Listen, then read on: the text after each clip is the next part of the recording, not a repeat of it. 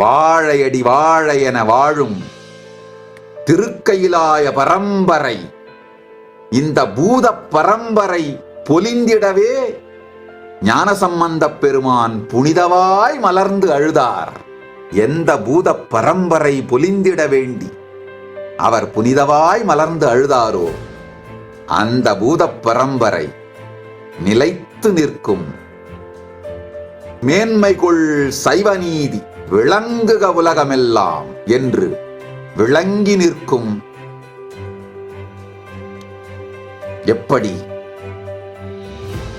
பரமசிவ பரம்பொருள் என்னை எதற்கும் அஞ்சாமல் நிறுத்தி வைத்திருக்கின்றாரோ, நிலையாக செய்து வைத்திருக்கின்றாரோ, அதுபோல என் பக்தர்களையும் அவர் செய்து வைப்பார் என்ற நம்பிக்கை எனக்கு இருக்கின்றது.